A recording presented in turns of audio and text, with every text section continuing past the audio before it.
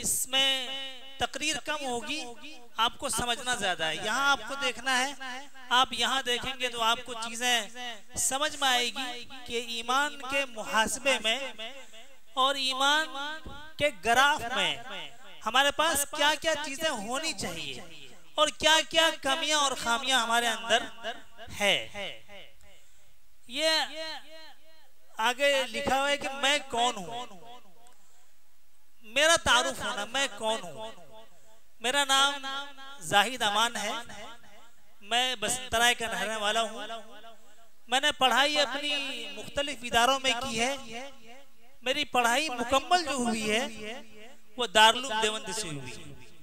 फिर मैंने मुजफ्फरनगर में पढ़ाया एक बड़े इदारे में, उसमें 400-500 बच्चे रहते थे।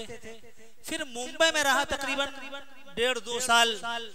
और अभी फिल वक्त ये है कि मैं एक लड़कियों का ही इदारा चलाता हूँ जिसमें दीनियात के साथ साथ 5वीं तक की हिंदी इंग्लिश मैथ की भी पढ़ाई होती है। अगला जो इसमें एक लफ्ज है, आप कौन है, यानी आप जो आए हैं आप कौन हैं।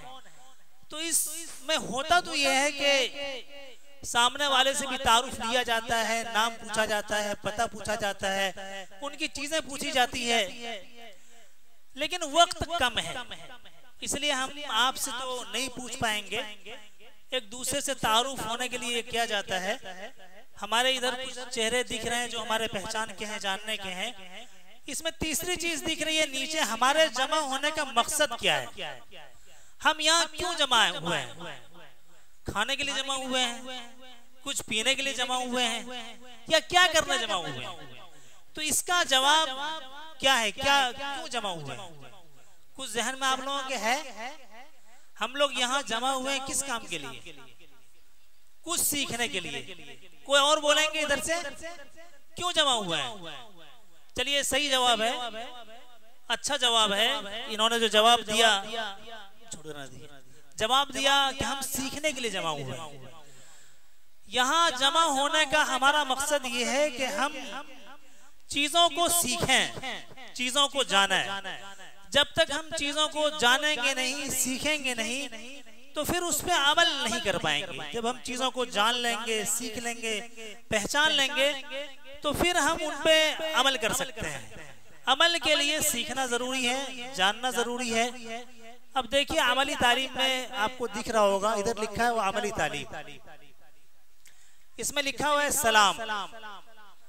सलाम आप में से कोई बोलेंगे कि पूरा सलाम क्या है।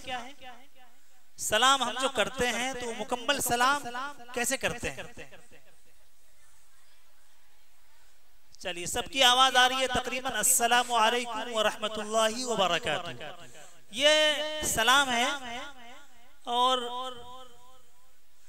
सलाम में ये है कि अस्सलामु अलैकुम व रहमतुल्लाहि व बरकातुहू, जवाब है वालेकुम अस्सलाम व रहमतुल्लाहि व बरकातुहू। ये चीजें सीखने की है।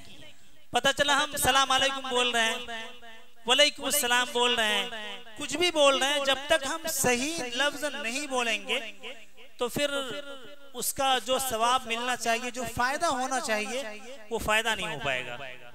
इन्होंने आगे मुसाफा दिखाया है, यानी सलाम करते हुए हाथ जो हमको मिलाना है उसका सही तरीका क्या है। उसका सही तरीका यह है कि दोनों हाथ मिलाना है। क्या करना है, क्या करना है, दोनों हाथ मिलाना है, एक हाथ नहीं मिलाना है। या दोनों हाथ में कभी कभी क्या होता है कि थोड़ा सा हाथ मिलता है, ऐसा नहीं करना। ये जो अंदर की हथेली है पूरा हाथ मिलना चाहिए। वो आपको वहां दिख रहा होगा, शायद दिख रहा है, दिख रहा है आप लोगों को, तस्वीर दिख रही है।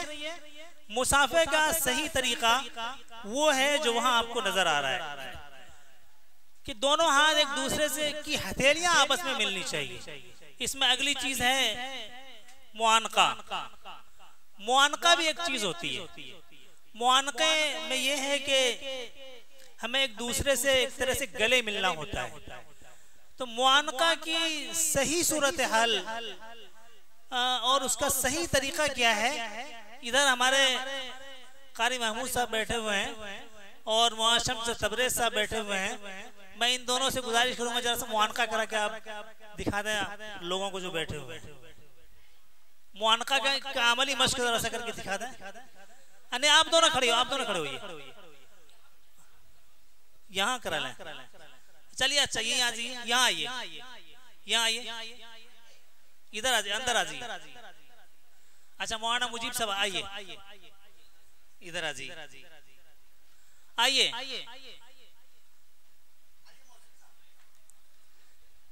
ये साथ साथ में यही दिखाना है हमें, सिखाना भी है दिखाना भी है। सलाम मुसाफा तो करके दिखा, चलिए दोनों करके दिखा दीजिए। हाँ ठीक है, हाथ दोनों का मिल रहा है, हथेली मिल रही है। चलिए जी, चलिए अब मुआनका करके दिखाइए, मुआनका करके दिखाइए। मुआनका 1 मरतबा करेंगे, 2 मरतबा करेंगे, 3 मरतबा करेंगे? अच्छा अच्छा, चलिए चलिए भाई इनका अब जाएं आप। इनका दिखाना आपको ये है कि मुआनका जो होता है, गले जब आपस में मिलते हैं तो गला मिलना 1 ही मरतबा है। कितनी मरतबा? कितनी मरतबा? 1 मरतबा गला मिलना है। और दिल जिस तरफ है, दिल को दिल से मिलाना है। अब जिनका दिल दाएं तरफ है वो दाएं तरफ से मिलते हैं, जिनका बाएं तरफ से वो बाएं तरफ से मिलते हैं। दिल किधर होता है? दाएं तरफ। हाँ कुछ बच्ची कह रही हाँ दाएं तरफ होता है। किधर होता है दिल? किधर दिल होता है? बाएं तरफ। तो मुआनका जो करेंगे वो 1 मरतबा करेंगे और दिल को दिल से मिलाएंगे। अब आइए आगे, इससे उन्वान था मुहासबे ईमान, कि अपने ईमान का ग्राफ, अपने ईमान का मेयार, अपने ईमान की क्वालिटी वो चेक करें। तो जब तक हमें उन चीजों के ईमान के बारे में मालूम नहीं होगा तो हम क्वालिटी कैसे चेक करेंगे? क्वालिटी उसकी उस वक्त चेक हो सकती है जब उसके बारे में मालूम हो। ये आपको यहाँ दिख रहा होगा, इसमें लिखा है कि इस्लाम है क्या, इस्लाम की तारीफ क्या है, इस्लाम कहते किसको है। लिखा है कि इस्लाम एक ऐसा मजहब है जिसमें 3 बुनियादी चीजें हैं। कितनी? 3 बुनियादी चीजें हैं। नंबर 1 पे ये है कि इस मजहब में अल्लाह को एक माना जाता है। अल्लाह को वो 2 नहीं, 4 नहीं, 10 नहीं, 20 नहीं, उसको एक माना जाता है कि अल्लाह एक है। ये एक बुनियादी और पहला अकीदा है। दूसरी चीज है कि मोहम्मद नाम के जो आखिरी रसूल हैं वो अल्लाह के रसूल है और आखिरी रसूल है। अब कयामत तक कोई नबी आने वाला, कयामत तक कोई नबी आने वाला, जिस तरह खुदा को 2-3 मानना गलत है और उसको हम गलत समझते हैं, वो ईमान में बाकी नहीं रहेगा। इसी तरह कोई अगर मोहम्मद को नबी ना माने या नबी माने लेकिन आखिरी नबी ना माने तो वो भी ईमान के दायरे से बाहर हो जाता है। और तीसरी चीज है कि हमारी जो किताब है कुरान करीम, कुरान पाक, वो अल्लाह की किताब है, वो आखिरी किताब है। अब कोई नई किताब कयामत तक आने वाली नहीं है। इसमें कलीमा लिखा हुआ है नीचे, ला इलाहा इल्लल्लाह मुहम्मदुर रसूलुल्लाह। इसका मतलब और मफहूम यही है कि अल्लाह एक है और मोहम्मद आखिरी रसूल है। अब कोई नया नबी आने वाला नहीं, नया कोई नबी आने वाला, जो बात शुरू में आई कि ईमान ही सबसे अहम है, ईमान है कुछ नहीं है तो कामयाबी ही कामयाबी है। सब कुछ है, ईमान नहीं है तो फिर कामयाब जिंदगी नहीं है, वो नाकाम जिंदगी है, उसका कोई एतबार नहीं है। अब इसमें वो तो इस्लाम की तारीफ थी कि 3 चीजें हैं, अल्लाह को मानना, ये जो मैं बोल रहा हूँ बाद में आपको पर्चे सवालात मिलेगा। क्या मिलेगा? सवालात का पर्चा मिलेगा, वो लिखना है आपको कि हमने क्या सुना, क्या समझा। पता चला मैं बोल कुछ रहा हूँ और आप लोग लिखेंगे कुछ और, तो उसको बहुत हाजिर दिमागी के साथ और दिल के कान से सुने या हाजिर रह के सुने। तीन चीज मैंने बताई, अल्लाह को एक मानना, नबी मोहम्मद को आखिरी रसूल मानना, और किताब ये अल्लाह की किताब है, कुरान पाक ये आखिरी किताब है। ये ईमान, ये ईमान की, इस्लाम की तारीफ थी। मुसलमान की तारीफ में ये है कि मुसलमान कौन है? जो अच्छा खाता है, अच्छा पहनता है, अच्छा घर मकान है उसके पास, अच्छा कमाता है, कौन मुसलमान है? तो यहाँ अगर पढ़ने में आ रहा हो आप लोगों को तो लिखा हुआ है कि मुसलमान वो है जो इस्लाम के 7 बुनियादी अकीदों पर ईमान रखता हो। कितने कितने कितने? इस्लाम की तारीफ में यह चीज थी कि 3 चीज है। मुसलमान की तारीफ में है कि 7 बुनियादी अकीदे। कितने? 7 बुनियादी अकीदों पर उनका ईमान हो। इसमें अकीदे की भी तारीफ है। इस्लामी अकीदा कहते किसको है? इस्लामी अकीदे का मतलब यह है कि जिन बुनियादी और जरूरी बातों पर दिल से ईमान लाना जरूरी है, दिल से ईमान लाना जरूरी है, वो अकीदा कहलाता है। उसमें ईमान की अहमियत, ईमान की फजीलत, इन्होंने लिखा है कि ईमान की 5 चीजें इन्होंने बताई फजीलत के तौर पर। ईमान अगर किसी के पास है तो उसकी क्या फजीलत है, उसकी क्या बशारत है, और उनको क्या क्या इनामात अल्लाह की तरफ से मिलने हैं।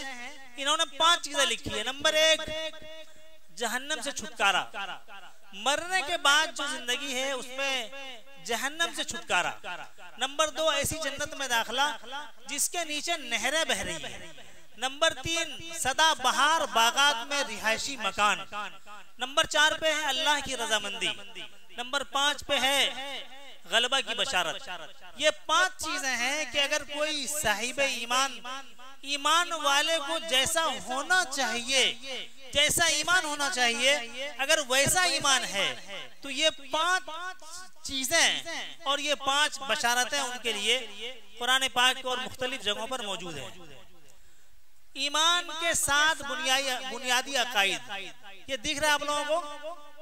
दिख रहा है? इन्होंने गिनाया है 7 बुनियादी अकीदे जिसके बगैर कोई ईमान वाला नहीं कहला सकता है, कोई मुसलमान नहीं कहला सकता है। वो 7 अकीदे हैं। नंबर 1 है अल्लाह ताला पर ईमान। नंबर 1 क्या है? नंबर 1 क्या है?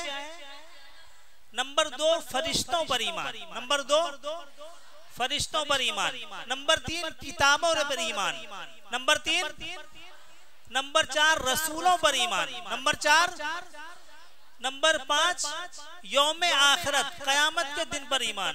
नंबर 6, अच्छी और बुरी तकदीर जो होती है, हमारे साथ जो कुछ होता है वो अच्छा हो या बुरा हो, वो अल्लाह की तरफ से होता है। वो अल्लाह को हिकमत मालूम है, मसलिहत मालूम है, उनको मालूम है कि किस बंदे के साथ क्या होना चाहिए। नंबर 7 है मरने के बाद दोबारा जिंदा किए जाने पर ईमान। ये 7 चीजें हुई। कितनी हुई? कितनी हुई? नंबर 1 अल्लाह पर ईमान। नंबर 2 फरिश्तों पर ईमान। नंबर 3 किताबों पर ईमान। नंबर 4 रसूलों पर ईमान। नंबर 5 यौम आखिरत पर ईमान। नंबर 6 अच्छी बुरी तकदीर पर ईमान। और मरने के बाद दोबारा जिंदा होना है, इस पर ईमान। इसकी थोड़ी तफसील भी नीचे आ रही है। देखिए नंबर 1 ये दिख रहा है आपको, दिख रहा होगा अकीदा नंबर 1 अल्लाह पर ईमान। इन्होंने 4 बातें लिखी है कि अल्लाह एक है। अल्लाह ही इबादत के लायक है, किसी और की इबादत हमारी शरीयत में नबी का मकाम और मर्तबा बहुत ऊंचा है, बहुत ऊंचा है, लेकिन उसकी इबादत होती है, नबी की इबादत नहीं होती है, नहीं हो सकती है। इबादत के लायक सिर्फ अल्लाह है। अल्लाह हर चीज का खालिक और मालिक है। अल्लाह के सिवा कोई और हर चीज का मालिक और खालिक नहीं हो सकता। अल्लाह ताला नंबर 4 पे है अल्लाह के जुमला अस्मा व सिफात पर ईमान। अल्लाह पाक की बहुत सारी सिफात हैं। उनकी सिफत में रोजी देना है, उनकी सिफत में शिफा देना है, उनकी सिफत में बीमारी अच्छाई देना है, उनकी बहुत सारी सिफात है। उन सारी सिफात और अल्लाह पाक के बहुत सारे नाम भी हैं। रहमान भी नाम है, रहीम भी नाम है, जब्बार भी नाम है, खालिक भी नाम है, मुसव्विर भी नाम है, बहुत सारे नाम हैं। ये मानना कि अल्लाह पाक को हम सारी सिफात और सारी चीजों के साथ मानते हैं। तो अकीदा नंबर 1, असल में आपको याद तो ये रखना है कि 7 अकीदे हैं। कितने 7 अकीदे हैं। बुनियादी चीज आपको ये याद रखनी है। इसके ज़िम्न में थोड़ी थोड़ी वजाहत, थोड़ी थोड़ी माने और नोट लिखना चाहे कोई तो वो लिखने के लिए दिया गया है। वो जो कापी और कलम है वो रखने के लिए दिया है, उसको निकालिए, कापी निकालिए सब लोग, कलम लीजिए हाथ में। ये नोट आप नहीं बनाएंगे तो जब आपको सवाल होगा बाद में तो जवाब नहीं दे पाएंगे आप। तो नोट बनाइए, हिंदी में हो, इंग्लिश में हो, जिस जुबान में आप चाहे नोट बनाइए। कुल अकीदे कितने हैं? एक दफा मैं और बोल देता हूं कि इस्लाम की तारीफ ये है, मुसलमान की तारीफ ये है कि वो ऊपर जो दिया उन्होंने,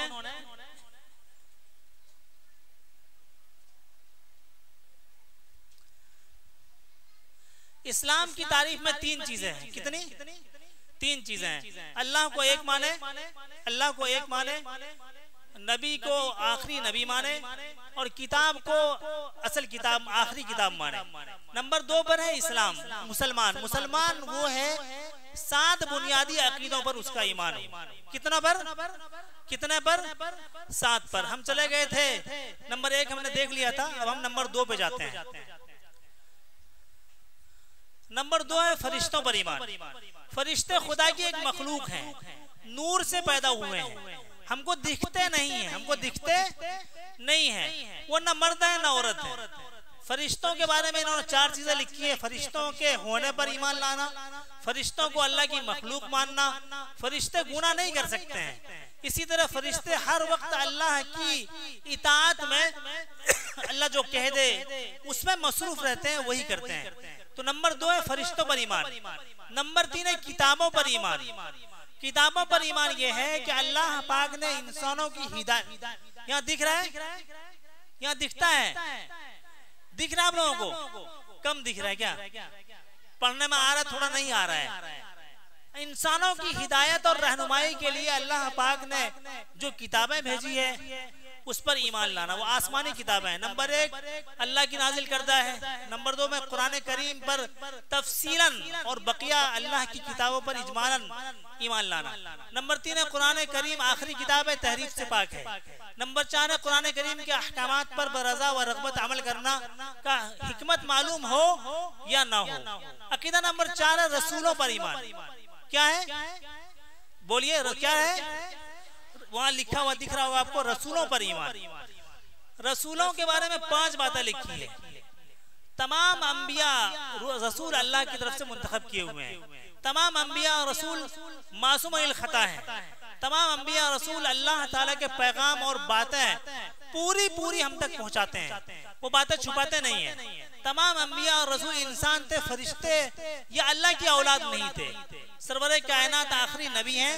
अब हमारे नबी के बाद कोई नबी आने वाला, ये अकीदा नंबर 4 में थोड़ी अकीदे में तफसील है ताकि हमको समझने में थोड़ी सी आसानी हो। अकीदा नंबर 5 है यौम आखिरत पर ईमान। यौम आखिरत पर, कयामत के दिन पर ईमान के मरने के बाद एक ऐसा दिन होगा, एक ऐसा वक्त होगा कि अल्लाह पाक तमाम इंसानों को जमा करेंगे, फिर उनके किए का उनको हिसाब दिया जाएगा, उनको बदला दिया जाएगा। और इसमें 3 चीजें लिखी है। नंबर 1 पे है दोबारा उठाए जाने पर यकीन, ईमान। यानी मरने, ये जो जिंदगी है ये जिंदगी सिर्फ खत्म होने वाली नहीं है, ये जिंदगी ऐसी है कि हमको दोबारा मर के फिर जीना है और जीने के बाद फिर हिसाब देना है। दोबारा उठाए जाने पर ईमान, जजा और सजा पर ईमान। अच्छा करेंगे तो अल्लाह की तरफ से अच्छा फैसला आएगा, बुरा करेंगे, बुराई करेंगे तो अल्लाह की तरफ से उसी टाइप के फैसले हमारे लिए होंगे। जन्नत और जहन्नम पर ईमान। अच्छा करेंगे, शरीयत ने जो अमल जैसा करने कहा वैसा करेंगे तो जन्नत मिलेगी, और अगर उसके खिलाफ करेंगे तो जहन्नम में जाना पड़ेगा। ये तीन चीजें, यौम आखिरत पर ईमान, ये पांचवा अकीदा है। अकीदा नंबर 6 तकदीर पर ईमान। किस चीज पर ईमान? जोर से बोलिए, तकदीर पर ईमान। यानी जो कुछ भी होता है हमारे साथ, ये पूरी कायनात में जो होता है वो अल्लाह की तरफ से होता है। अल्लाह पाक को हिकमतें मालूम है, वजूहात मालूम है, और कब कहां क्या होना चाहिए ये मालूम है। इसमें इन्होंने दिया है कि इसमें दो चीजें आगे चल के दी है कि तकदीर दो तरह की होती है। एक तकदीर तो वो होती है जो कभी बदलती नहीं है, जो कभी बदलती, अल्लाह ने जो लिख दिया सो लिख दिया, वो खत्म। और दूसरी ये है कि वो कभी कभी मशरूत होती। मशरूत का मतलब ये है कि अल्लाह पाक ने लिखा हुआ कि अगर कोई नेक काम करेगा तो तकदीर उसकी बदल जाएगी, कोई अच्छा काम करेगा तो बदल जाएगी, फला नेकी कर ले तो उसकी तकदीर बदल सकती है। तो ये अकीदा नंबर 6 है, तकदीर पर ईमान लाना, तकदीर पर ईमान लाना। अकीदा नंबर 7 है मरने के बाद दोबारा जिंदा किए जाने पर यकीन। कुल कितना हो गए?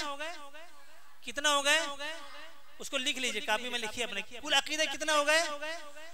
इन 7 अकीदों को जो मानते हैं, इन 7 अकीदों पर जिनका ईमान है वही ईमान वाला है।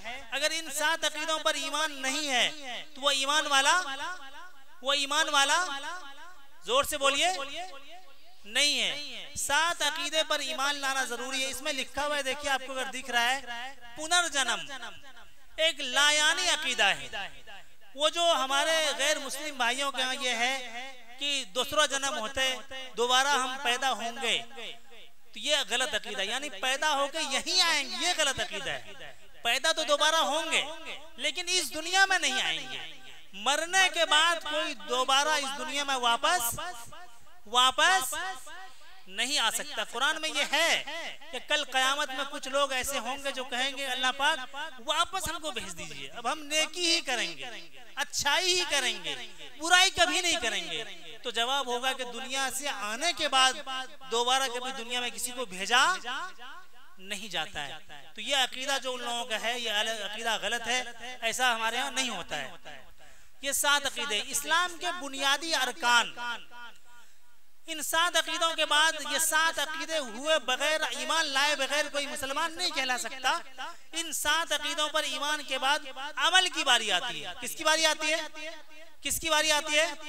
जोर से बोलिए, अमल की बारी आती है। 5 अरकान हैं इस्लाम के, वहां आपको दिख रहा होगा, इधर इस तरफ हो गया है थोड़ा सा। नंबर 1 शहादत ईमान, यानी ये गवाही देना। शहादत ईमान का मतलब ये है कि गवाही देना, दिल से यकीन करना, जुबान से इकरार करना, दिल से यकीन करना, जुबान से इकरार करना कि अल्लाह ही इबादत के लायक है और कोई इबादत के लायक नहीं है। और ये कि हजरत मोहम्मद सल्लल्लाहु अलैहि वसल्लम खुदा के बंदे और भेजे हुए रसूल है। यानी कलीमे तय्यबा जो हम पढ़ते हैं वो है शहादत, वो है ईमान, कि हम ईमान लाते हैं कि खुदा एक है और मोहम्मद अल्लाह के नबी हैं। दिल से भी यकीन करते हैं और जुबान से भी बोलते हैं, दोनों काम हम करते हैं, दोनों पर यकीन है, दोनों हम करते हैं। नंबर 1 तो ये है। नंबर 2 पे है, इसी का एक हिस्सा है वो जो 6 कलमा पढ़ते हैं हम लोग, कलमे तय्यब, कलमे शहादत, कलमे तमजीद, कलमे तौहीद, कलमे इस्तग़फ़ार, कलमे रद्द कुफ्र। जो बच्चियां मकतब में जाती होगी उनको मालूम होगा ये 6 कलमे उनको मैं समझता हूँ कि याद होंगे। दूसरा रुकन, इस्लाम का दूसरा रुकन है नमाज कायम करना। नमाज ईमान के फौरन बाद जो चीज आती है वो है नमाज कायम करना। खुदा की इबादत और बंदगी करने का एक खास तरीका है जो हमें नबी ने सिखाया है। नमाज के फजाइल में 4 चीजें हैं। गुनाह की माफी, कोई नमाज पढ़ता है तो गुनाह माफ होते हैं। नंबर 2 में है ऐसी जन्नतों में दाखिला जिनके नीचे नहरें जारी होगी। नंबर 3 ये है कि इंसान अल्लाह की रहमत का मुस्तहिक हो जाता है। जब वो नमाज पढ़ता है तो अल्लाह की रहमत उनकी तरफ मुतवज्जह होती है। नंबर 4 में है जन्नत में नबी की रिफाकत, कि जन्नत में नबी के साथ हमें अल्लाह पाक वहां पर जगह अता फरमाएंगे। नमाज ना पढ़ने की वईद 3 चीजें हैं। हलाकत का जरिया है, बर्बादी का जरिया है, मनहूसी का जरिया है। किसी घर में अगर नमाजी है और किसी घर में नमाजी नहीं है, दोनों घर में उसके रहन सहन में, उनके अखलाक, आदात, किरदार, हर चीज में बहुत बड़ा फर्क होता है। दीनी एतबार से वो अच्छे नहीं हो पाते हैं, कमाई के एतबार से अच्छे नहीं हो पाते हैं, घर के एतबार में जो बरकतें रहमतें उस पर होनी चाहिए वो चीजें नहीं हो पाती है। और नंबर 3 है कि उसका कभी कभी नमाज छोड़ना कुफ्र का जरिया भी बन जाती है, यानी ईमान से हाथ धोने का जरिया बन जाती है। नंबर 1 पे 5 रुकन है। 5 में नंबर 1 पे शहादत, नंबर 2 पे नमाज, और आगे है रमजान के रोजे रखना। सुबह सादिक यानी फजर में जो आजान होती है, उस आजान से लेकर नियत के साथ खाने पीने और नफसानी ख्वाहिशात से रुकने, छोड़ देने का नाम, उससे रुकने का नाम रोजा है। रोजे की फजाइल में तकवा पैदा होता है, रोजा का बदला अल्लाह खुद देंगे। नंबर 3 पे पिछले गुनाह माफ होते हैं। ये सारे अरकान है। नंबर 1 शहादत, नंबर 2 रोजा नमाज, नंबर 3 रमजान के रोजे। तो तकवा पैदा होता है, रोजा का बदला अल्लाह पाक खुद देंगे। नंबर 3 में पिछले गुनाह माफ हो जाते हैं। रमजान के रोजे ना रखने की वईद है। नंबर 1 में रमजान का रोजा फर्ज है, फर्ज छोड़ने पर सख्त अज़ाब है। नंबर 2 में है बिला उज्र कोई रमजान का रोजा छोड़ दे तो कोई बदल नहीं। हदीस पाक में आता है कि कोई आदमी अगर एक रोजा छोड़ दे और बिला उज्र और पूरी जिंदगी रोजा रखे तब भी उसका बदल नहीं हो सकता है, तब भी उसका बदल नहीं हो सकता है। उनकी जो बरकतें हैं, जो रहमतें हैं, जो फजीलतें हैं, जो चीजें हैं, तो उसका कोई बदल नहीं, कोई जोड़ नहीं है। उसकी जो रहमतें हैं वो मिल ही नहीं सकती है दोबारा। नंबर 3 में है रोजा ना रखना बदबख्ती की अलामत है। ये तीसरा रुकन है हमारा रोजा। चौथा रुकन है ज़कात देना। माल के उस खास हिस्से को ज़कात कहते हैं जिसको खुदा के हुक्म के मुवाफिक मोहताजों में, गरीबों में, फकीरों में, मदरसों में, यतीमों को, बेवाओं को दिया जाए। जिस तरह नमाज बदनी इबादत, रोजा बदनी इबादत है, ज़कात माली इबादत है। और कुरान ने दोनों का बार बार जिक्र किया है। ज़कात की फजीलत कुरान में अल्लाह ने तकरीबन 32 मकामात पे नमाज के साथ इसका जिक्र किया है। अल्लाह की रहमत का सबब है, माल में इजाफा होता है, 700 गुना तक सवाब मिलता है। कोई 1 रुपया खर्च करे तो 700 गुना तक सवाब मिलता है। ज़कात ना देने की वईद है, दर्दनाक अजाब। नंबर 1 पे दर्दनाक अजाब, नंबर 2 पे दौलत को जहन्नम की आग में तपाकर दागा जाएगा। नंबर 3 है माल को गले का तोक बना दिया जाएगा। ये थोड़ी तफसील थोड़ी दे दी गई है। नंबर 5 पे है हज्जे बैतुल्लाह करना, बैतुल्लाह का हज करना, खास तरीके से, खास वक्त में, खास शराइत के साथ हज होता है। मक्के में होता है, जिलहिज्जा में होता है, खास वक्तों में होता है, खास उनके तरीके हैं। जिन पर हज फर्ज हो जाए, यानी उनके जाने और आने में जो खर्चे हैं वो उनके पास अगर है तो फजीलत क्या है कि हज करने से तमाम गुनाह माफ हो जाते हैं। मकबूल हज का बदला सिर्फ और सिर्फ जन्नत है। ना करने की वईद क्या है? हज फर्ज होने पर ना करना, फर्ज छोड़ने का सख्त गुनाह। और नंबर 2 में नाम लिखा है, यहाँ पे आपको दिख रहा होगा कि हज फर्ज होने के बावजूद हज ना करने वाले का ईमान खतरे में। लिखा हुआ है कि हदीस पाक में कि अगर कोई हज, वो हदीस यहाँ भी कोट किया है हमारे हजरत ने, कि अगर कोई आदमी कोई जाहिरी रुकावट ना हो, जालिम बादशाह का खौफ ना हो, कोई ऐसी बीमारी ना हो कि वो जाने पर कादिर ना हो, और इन सब के बावजूद अगर हज ना करे तो वो नसरानी होके मरे, यहूदी होके मरे, इससे कोई अल्लाह को फर्क नहीं पड़ता, वो उनकी बर्बादी की बात है। तो ये 5 आमाल, 7 अकीदे, कितने अल्लाह पर ईमान, रसूलों पर ईमान, फरिश्तों पर ईमान, किताबों पर ईमान, यौम आखिरत पे ईमान, यौम जज़ा और सज़ा पर ईमान। 7 अकीदे, कितने? 7 अकीदे और 5 आमाल। नंबर 1 पे शहादत, नंबर 2 पे नमाज, नंबर 3 पे रोजा, नंबर 4 पे ज़कात, नंबर 5 पे हज। 7 अकीदे और 5 आमाल, इनके बगैर कोई ईमान वाला नहीं हो सकता है। अकीदे के बगैर तो चलने वाला ही नहीं है। और ये पांचों काम जरूरी हैं। अब हमें जायजा लेना है, अपना हिसाब किताब करना है कि हम कहाँ खड़े हैं और हमारा ईमान किस दर्जे में है। इन 7 चीजों पर हमारा ईमान अल्लाह पर, रसूलों पर, किताबों पर, फरिश्तों पर, यौम आखिरत पर, इन 7 चीजों पे हमारा ईमान है या नहीं। एक दफा मैं दोबारा रिमाइंड कराता हूँ आपको। ऊपर जरा से चलते हैं हम। समझ में आ रहा है? समझो में आवे जो है? हम तो इतना आसान बोल रहे हैं।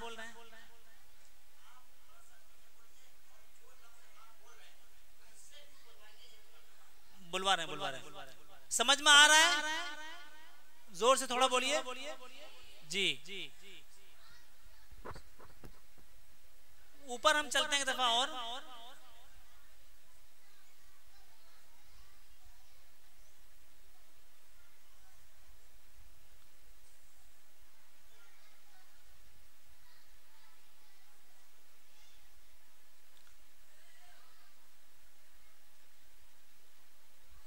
ये देखिए सफा खुल गया। ये सफा खुला। अल्लाह पर नंबर 1 है, अल्लाह पर ईमान। क्या है? सब बोलिए एक साथ, क्या है? नंबर 2 है फरिश्तों पर ईमान। क्या है? नंबर 3 पर है किताबों पर ईमान। क्या है? इसको लिख भी लीजिए साथ साथ। क्या है? नंबर 3 क्या है? जोर से बोलिए, किताबों पर ईमान। नंबर 4 है रसूलों पर ईमान। नंबर 4 क्या है? जोर से बोलिए, रसूलों पे ईमान। नंबर 5 है यौम आखिरत पर, कयामत पर ईमान। नंबर 6 है अच्छी बुरी तकदीर पर ईमान। नंबर 6 पे क्या है? अच्छी बुरी तकदीर, जो कुछ होता है अल्लाह की तरफ से होता है। और नंबर 7 पे है मरने के बाद दोबारा जिंदा किए जाने पर ईमान, कि हम मरेंगे, एक दिन ऐसा आएगा कि अल्लाह ने दुनिया में भेजा है तो यहाँ से जाना भी है, मरना भी है, मरने के बाद दोबारा जिंदा भी होना है। अपने नहीं वो नहीं बता पाएगी, उसकी जरूरत नहीं है, वो छोड़ दीजिए। तो ये 7 चीजें, 7 अकीदे हैं। कितने अकीदे हैं? 7 अकीदे हैं। 5 आमाल रुकन है, 5 रुकन है उसमें। ये देखिए सफा खोलता हूं मैं।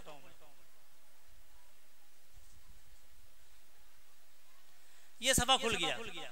इस्लाम के 5 बुनियादी अरकान हैं जिस पर इस्लाम की इमारत कायम है।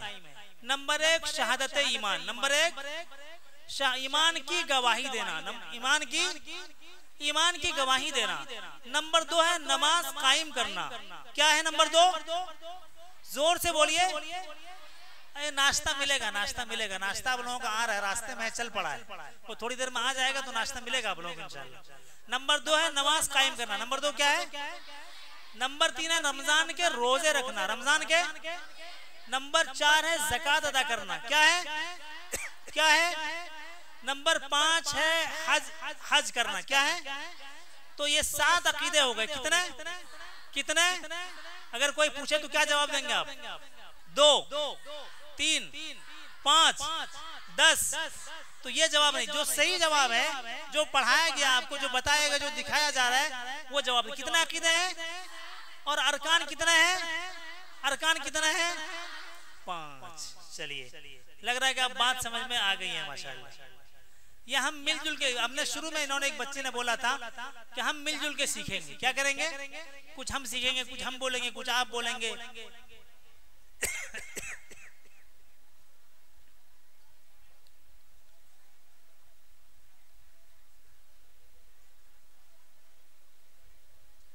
अब देखिए, अब ये सफा जो खुला, ये बड़ा खतरनाक सफा है और जिंदगी में बड़ी खतरनाक चीज है ये। और इस तरह की चीजें कभी कभी अपने इलाके में भी हो जा रही है। ऊपर लिखा हुआ है, इधर देखिए, गौर से देखिए इसको। ईमान से महरूमी के नुकसानात, क्या लिखा हुआ है? ईमान से महरूमी के। कोई अगर ईमान से महरूम हो जाए और महरूम होने की जो भी वजह हो, अगर ऐसी महरूमी हो जाए तो उसके क्या नुकसानात हैं। कोई आदमी मजहब इस्लाम छोड़ दे, वो जो 7 अकीदे हैं उसमें किसी का इनकार कर दे, नबी को ना माने, अल्लाह को ना माने, रिसालत को ना माने, रसूल को ना माने, आखिरत को ना माने, किसी भी चीज का इनकार कर जाए तो मुर्तद है। यानी ईमान उनका छिन गया, ईमान उनका। और ईमान छीनना इससे बड़ी बदनसीबी कोई हो ही नहीं सकती है, सबसे बड़ी बदनसीबी है। ईमान के बगैर न तो यहाँ कामयाबी है इस दुनिया में और न वहाँ कामयाबी है। वहाँ तो कामयाबी का कोई सवाल ही पैदा नहीं होता और यहाँ भी कामयाबी नहीं है। अल्लाह पाक का लाखों लाख एहसान और करम है कि उसने हमें ईमान वाले घर में पैदा किया, या नहीं है? वो चाहते तो कहीं भी पैदा कर सकते थे, हो सकता था ना, ईसाई में, यहूदी में, गैर में, कहीं चाहते पैदा कर सकते थे। तो ये अल्लाह का लाख लाख करम है, एहसान है, फजल है। तो ईमान से, ईमान को किसी भी हाल में हम नहीं छोड़ सकते। माल जाए तो जाए, दौलत जाए तो जाए, घर मकान जाए तो जाए, माँ बाप छूट जाए तो छूट जाए, कुछ भी छूट जाए, कुछ भी छूट जाए, ईमान हम नहीं छोड़ सकते। ईमान हम, बोलिए, ईमान हम किसी भी हाल में नहीं छोड़ सकते। जान जाए तो जाए, कोई हर्ज की बात नहीं। ईमान के साथ जान चली जाए तो वो कामयाब है, और बिला ईमान के जान जाए तो वो कामयाब नहीं है। तो मुर्तद यानी ईमान से महरूमी के इन्होंने 3 नुकसानात गिनाए हैं। पहला नुकसान तो यह है कि दुनिया के सारे आमाल, जो अच्छाइयां हमने की है, वो जाये हो जाती है। क्या होती है? जाये हो जाती है, वो बर्बाद हो जाती है। अल्लाह की निगाह में उसका कोई माने और मतलब, जो नमाज, जो रोजे, जो हज, जो ज़कात, जो अच्छाइयां, जो नेकियां, जो कुछ हमने किया वो सब बर्बाद। नंबर 2 में लिखा है इसने कि आखिरत में सारे अमाल जाए। मरने के बाद कामयाब वही है जो ईमान वाला है। और जब कोई मुर्तद हो के ईमान छोड़ दे तो इसका मतलब अब उस दुनिया में कोई कामयाबी मिलने वाली नहीं है। न जन्नत मिलेगी, न अल्लाह की रहमत मिलेगी, न तो अल्लाह की तरफ से खुसूसी उनके साथ मामला कुछ नहीं होगा। नंबर 3 पे जो सबसे खतरनाक बात है कि हमेशा जहन्नम में रहेंगे। मरने के बाद 2 ही जगह है, या तो जन्नत या तो जहन्नम, या तो जन्नत या तो जहन्नम। जन्नत में जाने के लिए शर्त है ईमान। क्या शर्त है? और ईमान नहीं है तो कितनी अच्छी जिंदगी क्यों ना हो, वो जन्नत में नहीं जा सकते हैं। जन्नत में जाने के लिए ईमान शर्त है। वही कहा कि हमेशा के लिए जहन्नम में चले जाएंगे। अब भारत अपने मुल्क में जो इर्तिदाद है और जो परेशानियां हैं, जो कुछ समाज में हल्का फल्का हो रहा है, सुनना सभी को गौर से है, लेकिन इस वाले को खास तौर से देखना। ये कलर कौन सा है?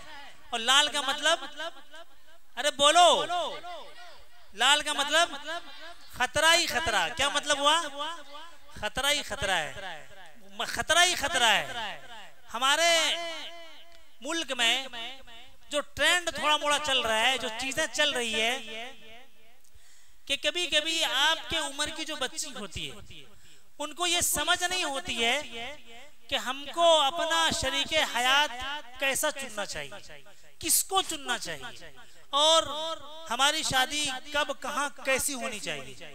वैसे तो इस मौजू पर हमारे मुफ्ती साहब का बाकायदा है निजाम, वो बोलेंगे, मैं फिर भी थोड़ा सा बोल देता हूँ।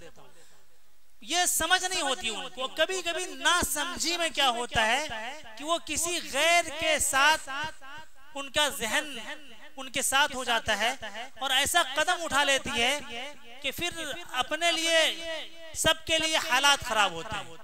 तो जिंदगी में कभी भी कहीं भी हमें ईमान को छोड़ना, माल जाए तो जाए, घर जाए तो जाए, माँ बाप जाए तो जाए, और एक लफ्ज ये कि अगर किसी खुदा ना खास्ता कहीं जहन हमारा मिल रहा है वो जाए तो जाए, लेकिन ईमान हम जाना नहीं देंगे, ईमान हम नहीं छोड़ेंगे। तो यही होता है, इसमें क्या परेशानी होती है उसके बाद, जो मुर्तद हो जाते हैं अपने समाज से कट जाते हैं। घर में जगह मिलेगी, अरे बोलो ना, घर में जगह मिलेगी, भाई की मोहब्बत मिलेगी, माँ बाप की मोहब्बत मिलेगी, समाज में मोहब्बत मिलेगी, अपने समाज से गया। आपके समाज में आपकी कोई इज्जत और आपकी जिंदगी सिर्फ आपकी नहीं है, आपके बाद औलादें होगी, आपका पूरा निजाम होगा, फिर उनकी शादियों का मसला होगा, बहुत सारे मसाइल हैं। अपने समाज में कोई जगह उनको नहीं मिलती है। नंबर 2 पे लिखा है इसने कि समाजी मुश्किलात आते हैं। अब आप जहां गए, माँ बाप का घर छोड़ के, पीछे भाई तो है नहीं है, बाप तो है नहीं है, माँ तो है नहीं, आपका समाज भी नहीं है। अब वो आपको कूटे पूटे कुछ भी करे, कोई देखने वाला है क्या? कोई देखने वाला आपके साथ क्या होगा, क्या करेगा, ये कोई नहीं कह सकता। ये दूसरी परेशानी है। आप समाज से कट गए, आपके समाज में जो परेशानी कभी आती थी, पंचायती होती थी, लोग बैठते थे, आपका मसला हल करते थे, हल होता है कि नहीं? ऐसा समाज में होता है, शादी भी नहीं चली, लोग उसको बैठ के हल करते हैं, लेकिन आपका मसला कोई हल करने वाला नहीं होगा, आपने काम ही ऐसा कर लिया। नंबर 3 है, जिस समाज में आप गए वो भी आपको कबूल नहीं करेगा, वो भी आपको कबूल, उनके यहाँ लड़कियों की कमी है क्या? कमी है। आप वो क्या कहेगा जो अपने बाप की नहीं हो सकी, जो अपने भाई की नहीं हो सकी, जिसके यहाँ पैदा हुई, पली बढ़ी, 16 साल 18 साल की हुई, उनकी नहीं हो सकी, तो हमारे बच्चे क्या होगी ना? कथोग ना। तो आप वहां भी आपको जो है वो जो इज्जत मिलनी चाहिए वो कभी नहीं मिलेगी, दूसरा समाज कभी भी दिल से कबूल नहीं करेगा। नंबर 4, दूसरे समाज में उसके साथ भेदभाव हमेशा होता रहता है। नंबर 5, मुश्किल वक्त में समाजी तहफ्फुज और हिमायत नहीं मिलती है। नंबर 6 में औलाद की शादियों में बेपनाह दुश्वारी आती है। हमारे समाज में कोई शेख अंसारी में शादी कर ले, कोई अंसारी शादी में कर ले, कोई मंसूरी में कर ले, उसमें भी दिक्कत पैदा हो जाती है। ये तो जबकि अपने लोग हैं, सब मुसलमान हैं, शादी करना जायज है, लेकिन उसके बावजूद परेशानी खड़ी हो जाती है और कल चल के बच्चों की शादियों में बहुत दुश्वारियां होती है। नंबर 7 में लिखा है, जो मुर्तद होता है या होती है उनके साथ धोखा होता है। कटिंग हल्का हल्का दिख रहा होगा यहाँ आपको, लाल जोड़े में लड़की है, बगल में लड़का है, और शादी होने के साथ क्या हुआ, गला दबा के कत्ल कर दिया। क्या कर दिया? क्या कर दिया? इस टाइप की गलतियां जिन बच्चियों से होती है और वो अपने समाज से दूसरे समाज में शादी कर लेते हैं, उनका भयानक अंजाम मौत के अलावा कुछ भी, अरे बोलो ना, मौत के अलावा कुछ भी नहीं है। मौत मौत मौत। और कैसी मौत आएगी? दर्दनाक आएगी, भयानक आएगी, कुछ नहीं कह सकते। छत से आपको धक्का देगा या कहीं गैस सिलेंडर में जला देगा या क्या हो जाएगा, कुछ नहीं कह सकते हैं। नंबर 8 पे है, हमेशा कत्ल कर दिए जाने का खौफ मुसल्लत रहता है। हर वक्त डर लगा रहता है। हर वक्त क्या होता है, पता नहीं कब क्या हो जाए। जब वो भूत उतरता है ना, जो भूत दिमाग में सवार था, वो जब उतरता है तो समझ में आता है कि बहुत बड़ी गलती हो गई और ऐसा हमें हरगिज नहीं करना चाहिए। हमारे माँ बाप भाई चचा से बेहतर हमारे लिए अच्छा सोचने वाला, करने वाला, हम उनके घर में पैदा हुए, वहीं रहते हैं, वहीं खाते हैं, वहीं सोते हैं, उनके पैसों से, चीजों से फायदा उठाते हैं। समझदारी उनको ज्यादा है कि मुझे ज्यादा है? किनको ज्यादा है? समझदारी माँ बाप को ज्यादा है या कम है? अरे बोलो ना, कम है क्या? उनको आपकी फिक्र ज्यादा है या कम है? दुनिया वो ज्यादा देखे हुए या आप देखे हुए हैं? जोर से बोलो ना। या आपके बारे में, आपकी शादी का फैसला वो अच्छा कर सकते हैं या आप खुद से कर सकते हैं?